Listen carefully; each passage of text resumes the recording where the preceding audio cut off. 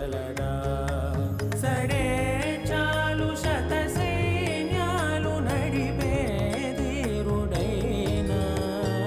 వసుధావాణి Mithila